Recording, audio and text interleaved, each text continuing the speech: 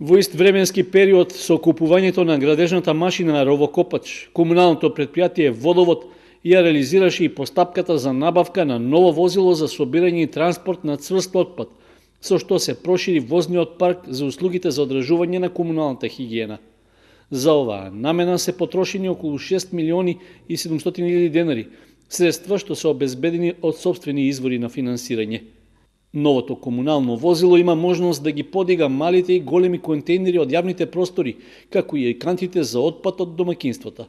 Од плаќањето на возилото ќе биде на 18 еднакви месечни рати. Новото комунално возило располага со минимален капацитет од 22 метри кубни за собирање на отпадот, како и можност од компресија во сооднос 6:1, со што максимално ќе се искористи просторот за депонирање.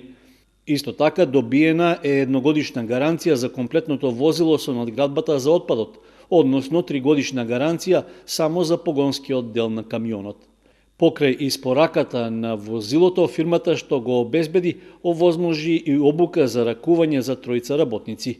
Со оглед на карактеристиките со кои располага, новото комунално возило треба да обезбеди заштеда на гориво и другите трошоци околу сервисирање и одржување.